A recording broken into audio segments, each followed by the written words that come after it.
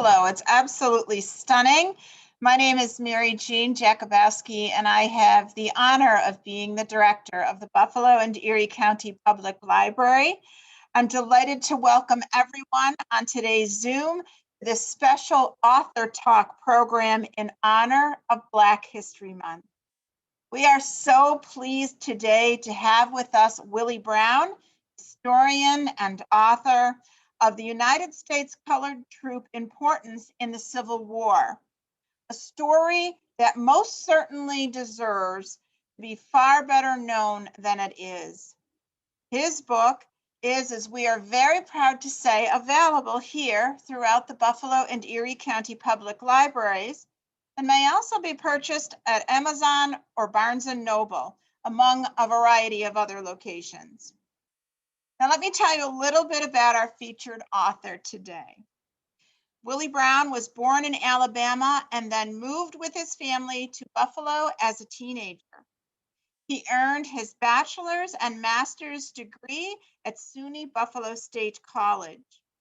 He has spent much of his adult life in Buffalo working in various positions with the Ford Stamping Plant, Better Business Bureau of Western New York, City of Buffalo Civil Service Commission, Buffalo Board of Education, the Erie County Sheriff's Department, and as adjunct professor at Medaille College. He and his wife, Ann, who was a retired Buffalo teacher, have recently relocated back to Buffalo to be nearer to family after a number of years of living in Virginia, where they were both active in community causes. Willie, we're so glad to have you back here in Buffalo. And we are so very pleased to host Willie Brown today and to hear more about his book. So thank you everyone for joining us this afternoon, and please welcome Willie Brown.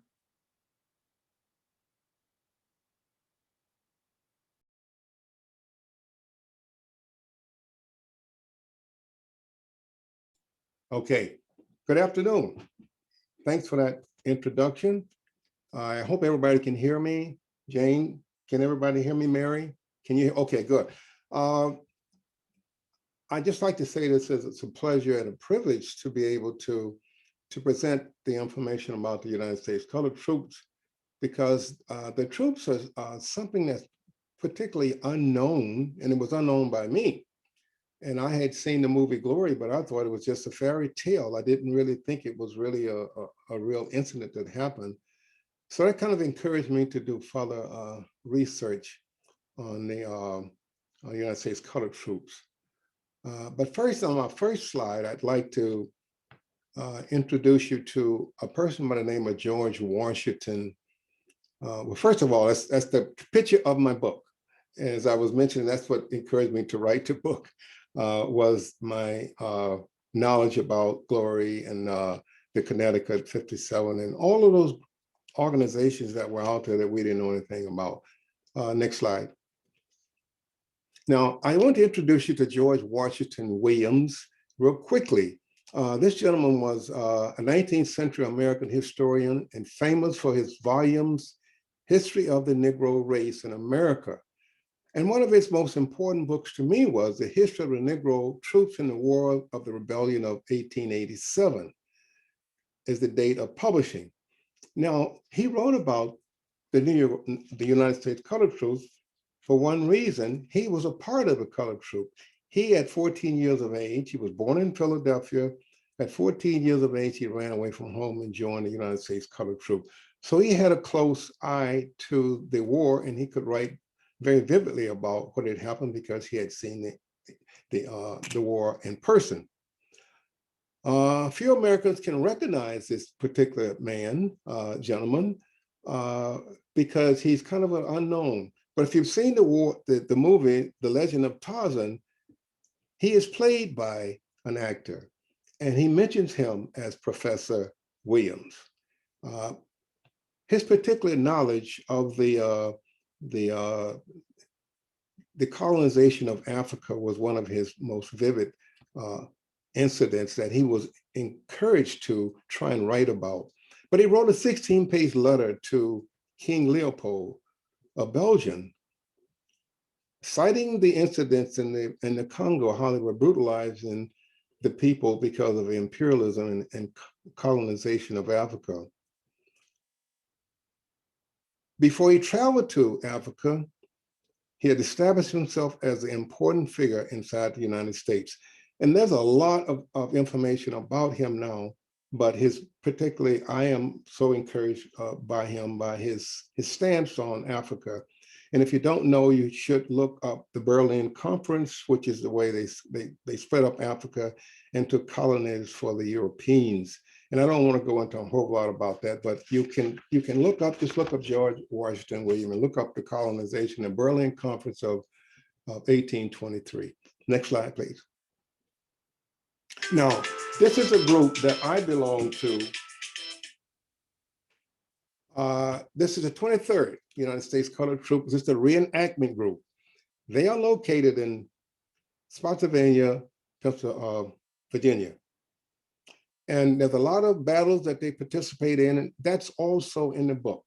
So you can kind of, if you're in Virginia, in Fredericksburg, Spotsylvania, you can look up this group because they're a very active group, and they try to keep the image of the United States Colored Troop, the 23rd, alive, because they were one of the first groups that were trained at what is now the Pentagon.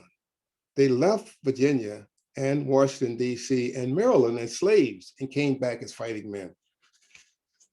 Next one, please. Now, this gentleman here, I just want to give you a few minutes about him because he's one of my favorite also, other than George Williams. This was the father of Black history. And it started out as a week and it expanded to a month. Now, little incident about George Woodson is that he was unable to attend school much of his childhood because he had to help his parents financially. He ended up entering high school at the age of 20 and received his diploma in 2 years. After high school, Woodson taught in West Virginia before earning his undergraduate degree in Bureau College. He received a master's degree from the University of Chicago in 1908 and a doctoral of history from Harvard in 1912. He was the second African-American to graduate from Harvard. And in between teaching and receiving his master's and doctorate degree, Woodson was a school supervisor also in the Philippines. As I say, he founded Negro History Week, which preceded Black History Month. Next slide, please. Now, this is the emblem of the United States Colored Troops. They were regiments of the Army composed of people of color. And the reason I say people of color, because there were mulattoes and there were also Creoles. And if you don't know what a mulatto is and a Creole is, you can look it up. Those are two different, they're the same people, but they're two different categories. There were 175 United States Colored Troop regiments, which constituted about 1/5 of the Union Army from 1863 to 1865.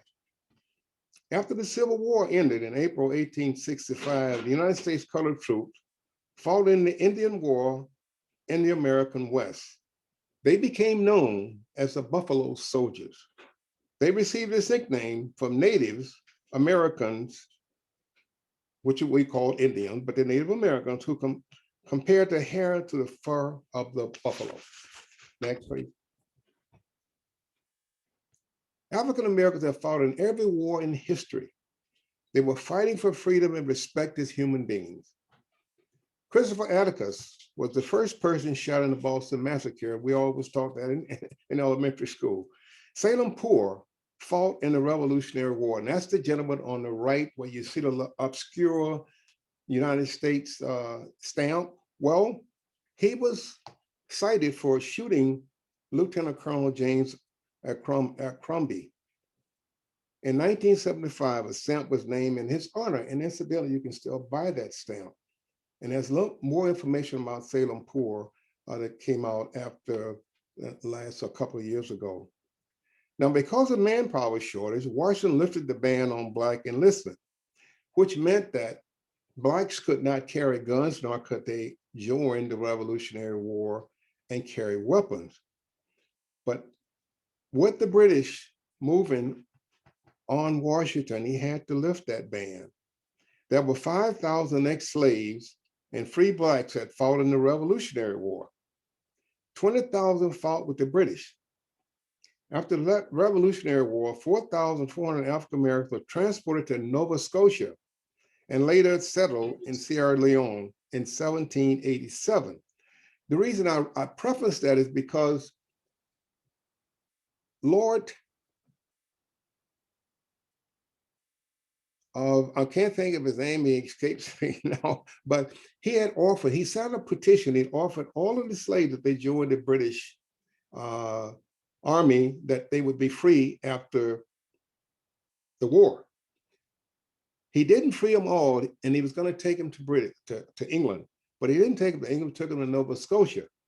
And there's a lot of information about that particular relocation in the Book of Negroes. And that's also on PBS. If you look it up, you'll see the Book of Negroes. Those were the ones that were transported from America to Nova Scotia, and they ended up again going to Sierra Leone, and then they ended up in the Caribbean.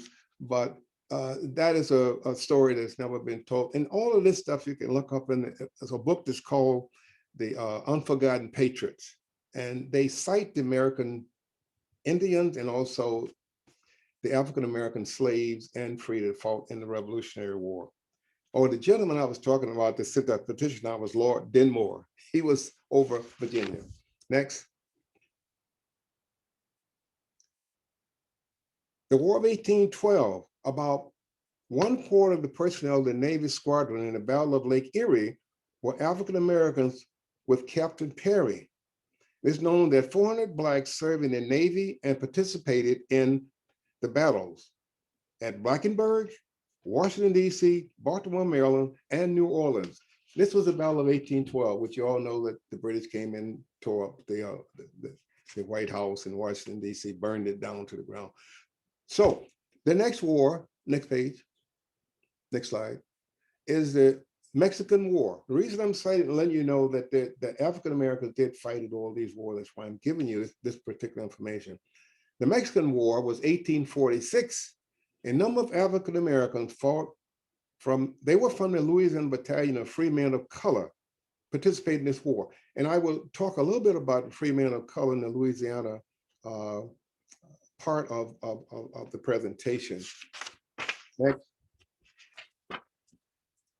Now, if you know, the Civil War started in 1861 and ended in 1865. But there were battles that we as African Americans fought in and was involved in before 1862 and 1863. That was on the left part of the column up there, you'll see the 1st Kansas. That was a colored unit that fought because they were promised $10 per month as well as improved conditions, including clothing, rationing, and adequate quarters. Also, Black enlistees and their immediate families were issued certificates of freedom. By 1862, the 600 enlistees of the 1st Kansas Infantry were organized in the Bourbon County near Lincoln, Nebraska. One of the first assignments of the infantry was sent into the northeastern Indian Territory to maintain federal control over the region. So they were involved, and that was an incentive because you got your freedom.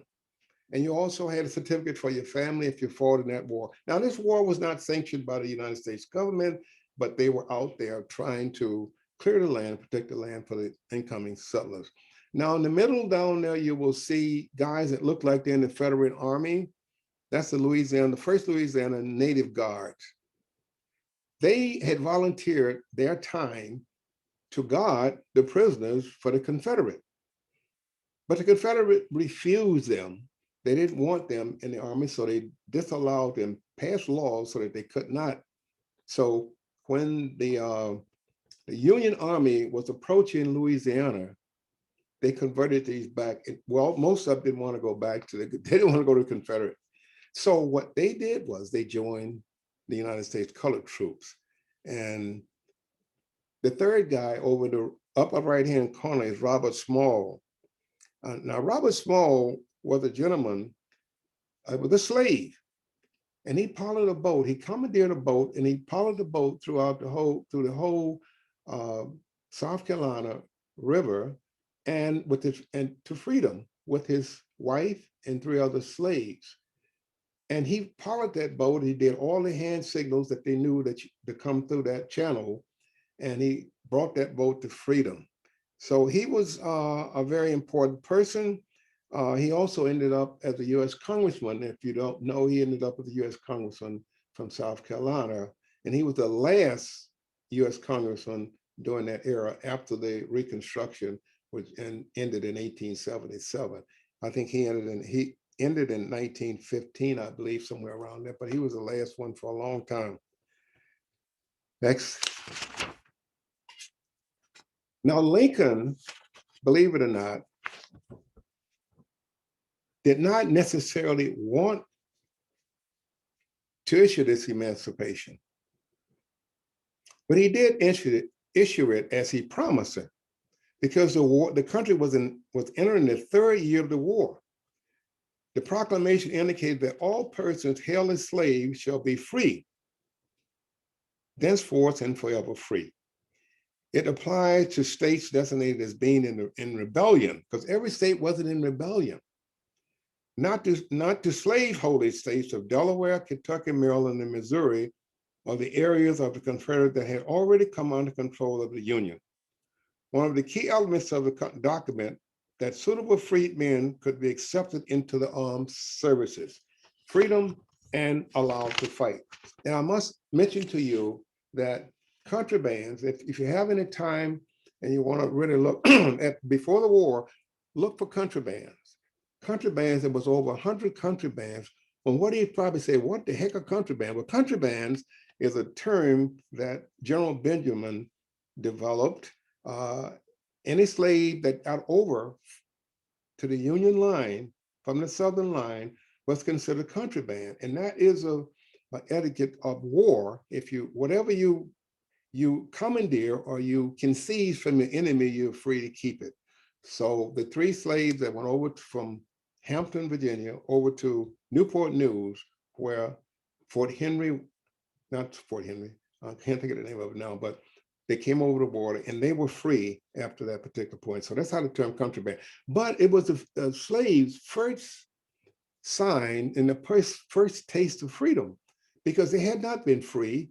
And when they came to the contraband, came over to the Union Army, following the Union soldiers and setting up contrabands all over the place. There was over 100 contrabands, and that gave the slaves some sign of freedom, and they were paid like $1 or $2 a day, but they had never been paid for their labor.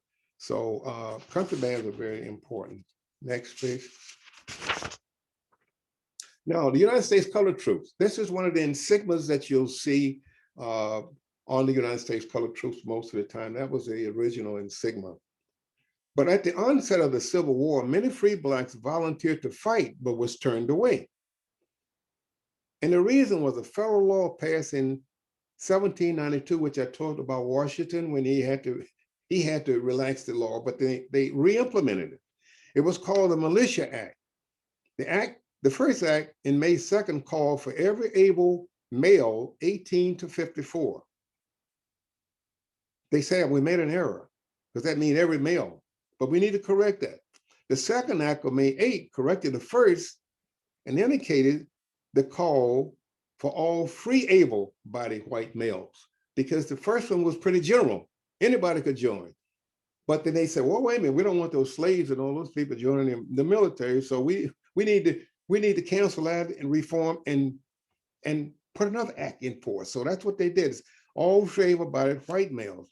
But on July 17, 1862, Congress passed the second Confiscation and Militia Act, which authorized the enlistment of African Americans into the Civil War. And that was the only part that did it.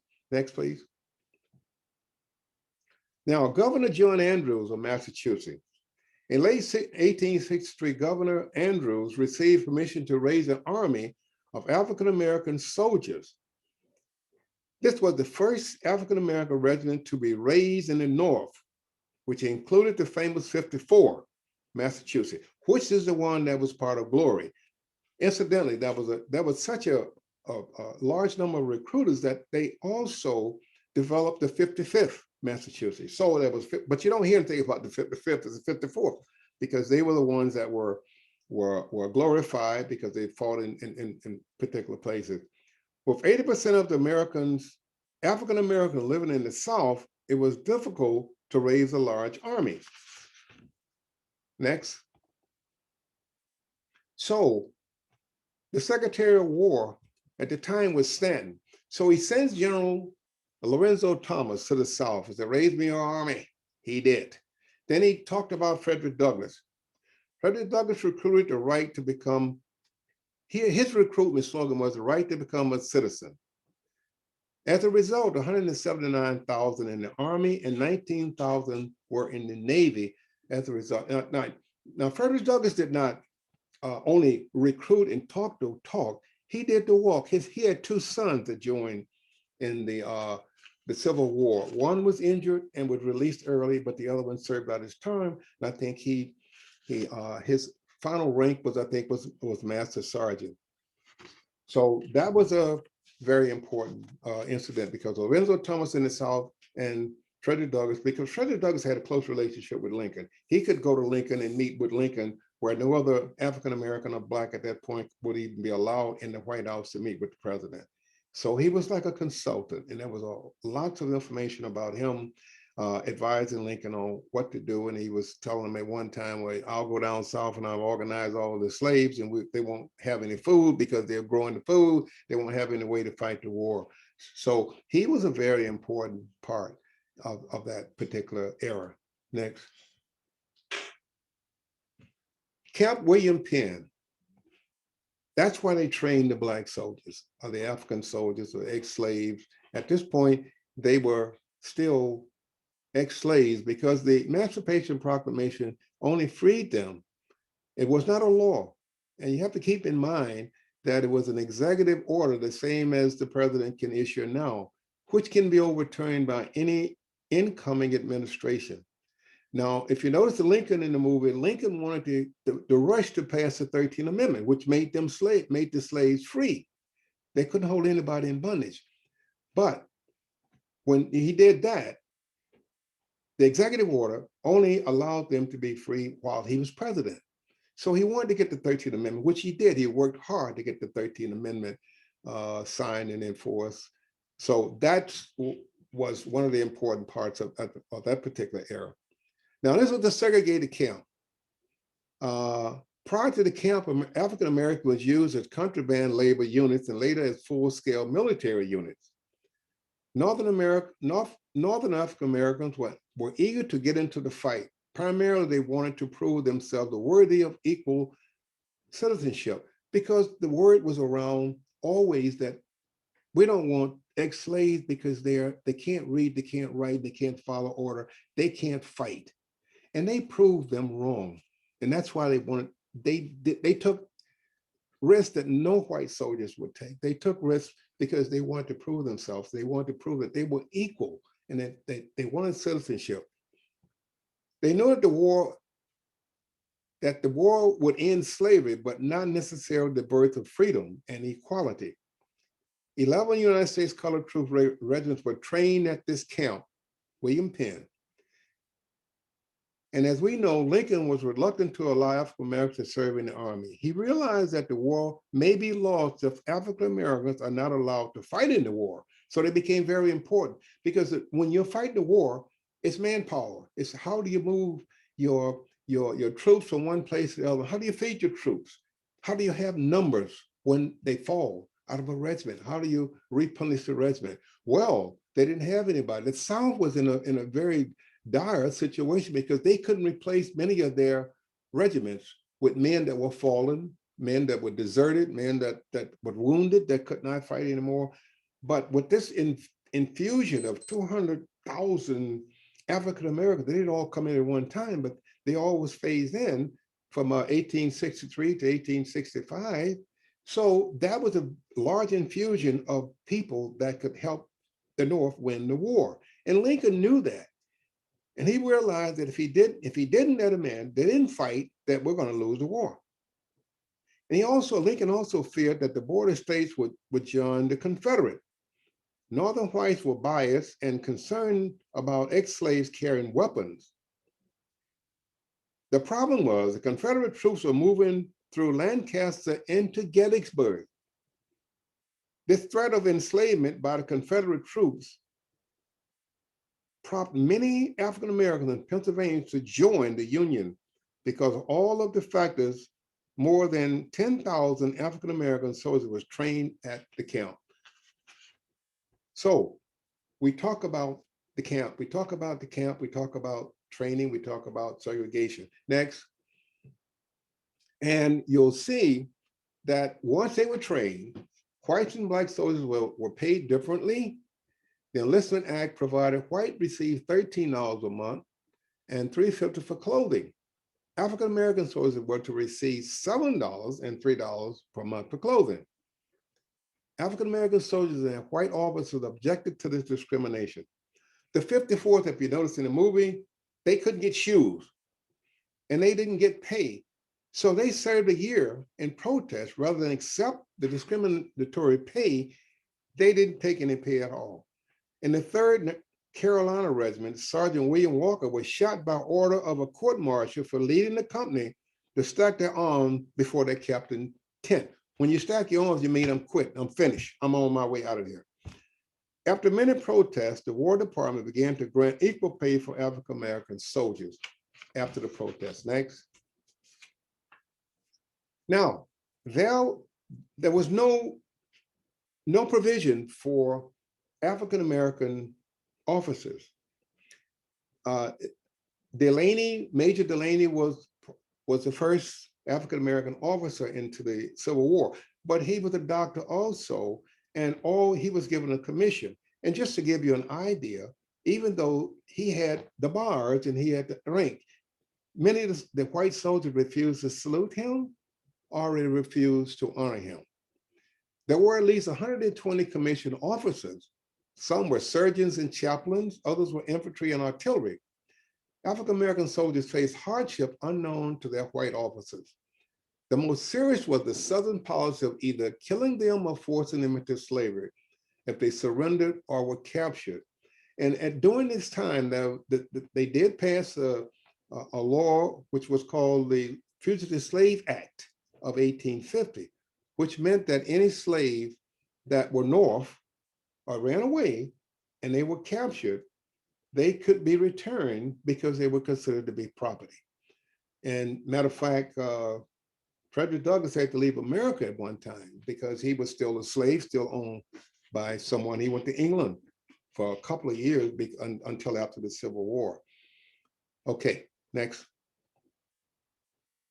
Now, these two African American, one reason I say officers, these were two officers that I have cited. There were a couple more. That was Lieutenant Colonel Reed, I believe. Lieutenant Colonel Reed was also part African American, but I believe he was a Creole. But he was promoted to Lieutenant Colonel because he had had a lot of background. But he was slain, killed in the battle in Florida before he could really realize his newborn commission. Now, on the left is Major F.E. Dumas. Dumas was mulatto. Dumas' father was a plantation owner, and he was sent off to Europe to train. And his father died, so he inherited the farm. And I don't know how he did that because Black could own anything, but he did. He owned the farm, and he had 100 slaves. So he freed all of his slaves, and he got the commission of major. And just to say, well, how did he do that? Well, because during that time, the president could appoint anybody he wanted to any commission he wanted to. So he didn't come through the ranks, he came into the military and he became a major because he had converted all of his slaves. And those were the ones that he was in command of. And the one on the left, Pinchback, was the first governor. He was a mulatto. He was the first governor of Louisiana for a period of time because politically, he was the lieutenant governor. But something happened, some conspiracy or some scandal happened, the governor had to resign. So he became governor of Louisiana for like December to January until they could get an election appoint another person that played. So P.S. Pinchback was the first African-American governor, so it was not Governor Wilder of Virginia. So he was the first one, even though it was a short period of time. And that was the letter that he wrote to his sister. He was telling his sister that he wanted to get out of the military because he was up for an appointment and they wouldn't give him his appointment because he had African blood in him. So he could not get an appointment. And that's incidents of that all through, that they could not get it, they would not get a commission because they had African-American blood, which had been 1/6, and they were saying, no, you cannot be an officer because you have African-American blood. Next. Now, the battles that we're talking about, the African-American, after the Civil War, after 1863 to 1865, they were involved in all these battles. These are just a few of the battles they were in.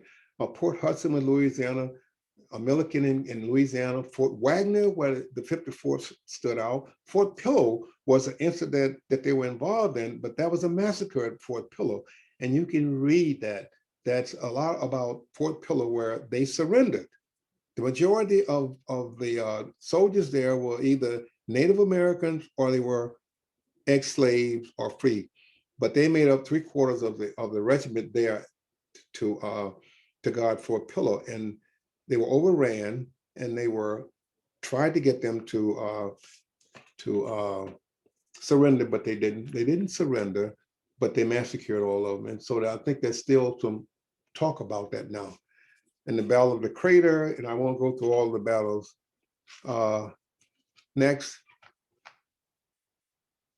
Now, there were females also in the military, fighting or helping with the military. The lady on the left is Mary Elizabeth Bowser.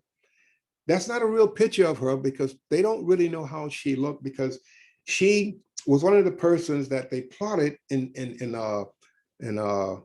the office in Richmond, in Jefferson Davis' office. She was plotted there to be a spy. And she had a photographic memory. They thought she was illiterate because she never talked much and they just saw her come in and out. But she would memorize all of the plans and all of the information that had to do with troop movement, troop food, and all of that. And then she would go out and she would transfer this information to another group who would in turn ended up with General Grant. So she was a very important person. So right at the close of the Civil War, she had to leave because they knew who she was, and she left, and she kind of disappeared into the country. No one never knew. There was nothing after her. She was married, but they never knew anything after that about her. And the other lady is Harriet Tubman, who was the only female that led a regiment of United States colored troops into South Carolina to free slaves. So she was a very important person. And those two females were there. Next. Now, records mention that there were pretty close to 600 to 800 females from the South that dressed as males and joined the Confederate Army. Now, the lady on the picture on the left is her as a female, and the picture on the right is her as a soldier. Now, the only way they knew that was some more females is because if they was wounded, they took their clothes off. And that was the only way they knew that they were female. Okay, next. Now, there were 25 African Americans awarded the high honor as a result of their valor in various battles in the Civil War. Now, that toll was never matched again. Next. Now, this is just a capitulation of the number of African Americans and their casualty list. There were 36,842 African Americans wounded, ran away, deserted, or were actually wounded or killed in the war. And you notice the biggest death is death other than battle, was 3,624. And why was it so high? It was so high because among African Americans units, because Most had previously had not served in any previous war in the Army. They were inexperienced fighters. They were feeling the social pressure to prove themselves as men. They often took risks on battle that whites could not or would not. Next. Now, this is an African-American museum. Now, this memorial was suggested by Williams. And he suggested that here's the way you should put it. And this was in the late 1800s. And this is what they built it from his vision of what it should look like. And it's the African-American War Memorial at the corner of Vermont Avenue, 10th Street and U Street, Northwest in Washington, D.C. It commemorates the service of 209,000 African-American soldiers and sailors who fought for the Union in the United States Civil War. The sculpture, the Spirit of Freedom, is a 9-foot bronze statue by Edward Hamilton of Louisville, Kentucky. So if you're ever in DC and you want to see this part, there are other memorials, but this is one that was dedicated to the United States colored troops. Now, the question I always ask all of my listeners, could the war have been won without the colored troops? And that is one thing I always wanted to plan in your mind as we leave, that could the war have been won without the colored troops? My theory is, and I don't have anything to prove it, no, it could not have won. Lincoln acknowledged it. General Grant acknowledged it. General Butler, they all acknowledged the importance of the United States colored troops in the Civil War. Next. Okay. The book is available at the following location: exlibris.com, barnesandnobles.com, amazon.com, and of course my email address, Buffalo and Erie County Public Libraries. So if there are any questions, if you would have any questions that I can answer, I would try to answer them now, because I know I ran a little over. We have a question from Anne. She asks, where was Camp William Penn? Where was Camp William Penn where the troops were trained? Camp William Penn was in Pennsylvania. It was in near Philadelphia. And the soldiers that were trained there could not wear their uniforms home, believe it or not, because of retaliation by the white community there. So they would train and they would have to leave their uniforms at the camp. But Camp William Penn is in near Philadelphia. Any other questions?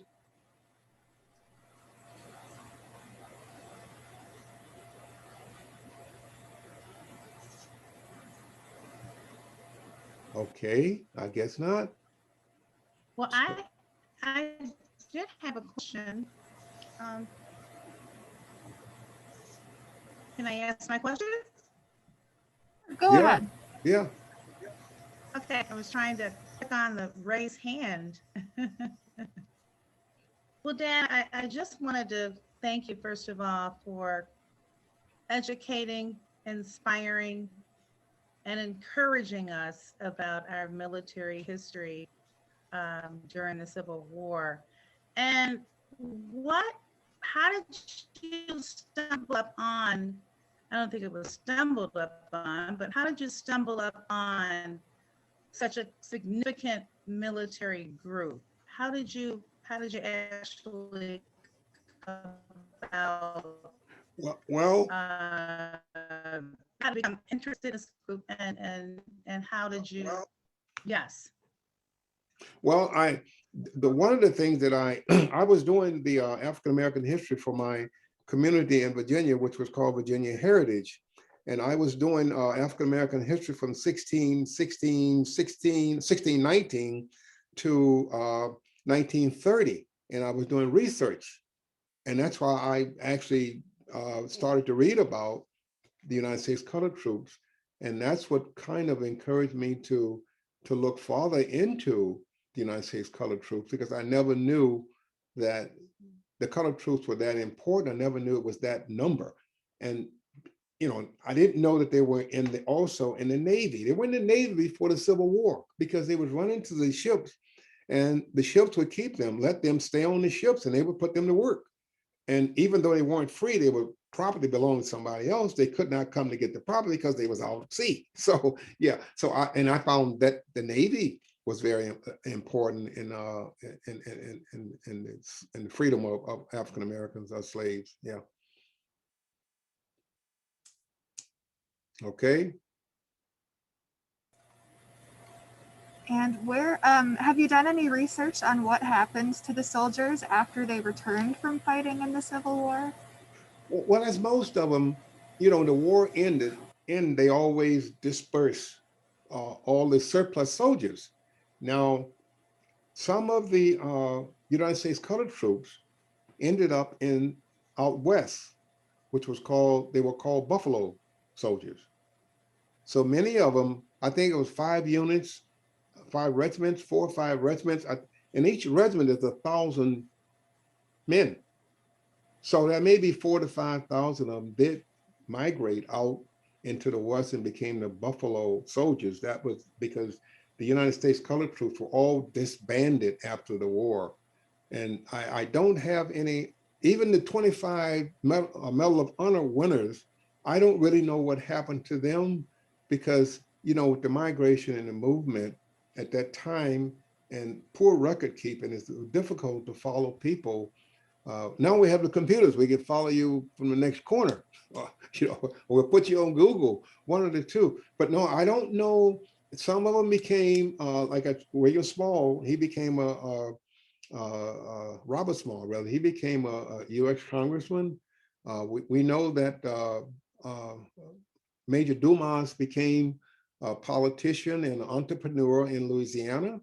And Pinchback also became an entrepreneur in Louisiana. But most of them, and believe it or not, many of them returned to the South. Because if you notice, at Reconstruction ended in 1877, but many of them returned to the South because they had no place else to go. And that was my biggest question one of the time. Well, wait a minute, if you free 4 million slaves, what are you gonna do with them? Where would they go? And I know they did hang around Richmond and out in Surrey and places like that, but they had no work. So that was a problem when you freed, because you remember the Union Army had gone through, and Sherman, his theory was you burn. I mean, you clear out the land. Once you take command of the little city or little town or county, you burn it down so that they can't follow you, nor can they burn in it, nor can they grow any more crops. So yeah, many of them, it was a lot of poverty right after the Civil War too. So, that was, to follow them would have to, would be kind of difficult, but I guess you could, yeah. That's a long answer to your question, but yeah. I think those are all the questions we have. I guess. I'd just like to say, if anybody needs to, because I kind of rushed through because I knew we were on a time limit, but if anybody would like to know any more about them, they can always use me on that email. And I've talked to many of young groups, and just to keep the memory of the United States colored troops alive. And that's the whole idea, that to let the community and the world know that they did fight, and they were fighting for their freedom. I actually had sent a question, where can we purchase this book? And I did want to thank you for sharing this important history as well, and in such detail. Okay. Well, it's at the well, you can't buy it at the library, but you can read it. Or you can take it out as a reference copy, I guess. But you can also get it at xlibris.com. And that was the last slide we put up, exlibris.com, amazon.com, and of course, my email address, and we will try and get the book to you. I do have a few limited copies. If you want a signed copy, you would have to notify me. And as I say, the library, if you want a reference copy, if you want to read, because I do a lot on contraband, because I think contraband was a very important part, but I couldn't do an awful lot today because it would sometimes it only confuse people when you talk about a contraband. But it's in there, and Lincoln, a little bit more about Lincoln in there also, and United States colored troops and their battles, and some of the battles and before the war and after the war. Now, she mentioned that they did, many of them did become the Buffalo Soldiers out west. And there's a chapter here, I think. There's chapters all over the place of the Buffalo Soldiers. And there's a lot of reenactment groups in the South of United States colored troops. Tennessee, Kentucky, Virginia, Maryland, DC.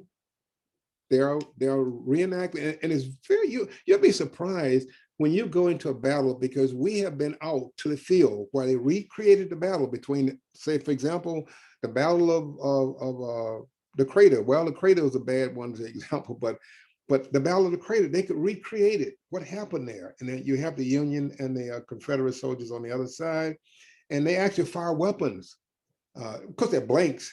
And to hear cannon now go off, which you never heard in your life, would be, it's phenomenal to hear those cannons and the sound. And we had African-American artillery units that actually manned a lot of those cannons, and they had the cavalry units. And I mean, they were all over. They weren't just infantry. They were very important to the military. Great. Thank you so much for speaking with us today. And thank you to everyone for coming. This was a great talk. And have a great afternoon. Thank you, and for allowing me to do that. Thank you, and have a good day, and everybody be safe. I hope my dad will be invited back for another occasion down the road.